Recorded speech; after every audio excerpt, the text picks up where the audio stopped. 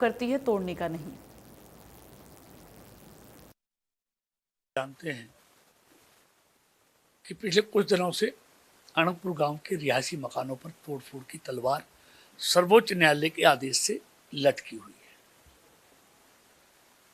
अब एक लंबा विषय मैं उस पर नहीं जाना चाहता, लेकिन इस पाप का अगर कोई एकमात्र पार्टी दोषी है तो वो कांग्रेस पार्टी है। जब 1992 में जब इस एरिया पर अनंतपुर समेत फॉरेस्ट एक्ट लगाया गया लोगों की जमीन पर, और कमाल की बात यह है जो आज महापंचायत में शामिल हो रहे हैं उसी गांव के कांग्रेस के सांसद थे, और जिनका बेटा पंचायत कर रहा है उसके पिताश्री तब वहां पर मंत्री थे कांग्रेस सरकार में।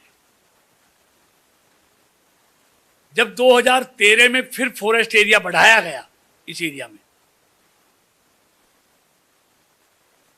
तब भी केंद्र में भी प्रदेश में भी कांग्रेस की सरकार थी, और वही उसी गांव का कांग्रेस का सांसद था, और पंचायत करने वाले के पिताश्री दोबारा मंत्री थे और रेवेन्यू मिनिस्टर भी थे।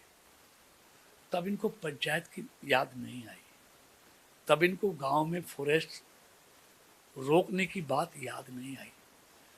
तो ये पाप तो इनका किया हुआ है, जिसको हम उस पाप को मिटाने की कोशिश कर रहे हैं। और ये महापंचायत कैसी थी आप भी जानते हैं, पंचायत में सभी पक्षों को बुलाया जाता है। इस पंचायत ये नहीं थी, ये तो विरोधी लोगों का, भाजपा विरोधी लोगों का, मोदी विरोधी लोगों का जमावड़ा था, जो आपने किसान आंदोलन में भी देखा। वही चेहरे, इंडी गठबंधन वाले चेहरे, यानी कि इंडी गठबंधन की पंचायत थी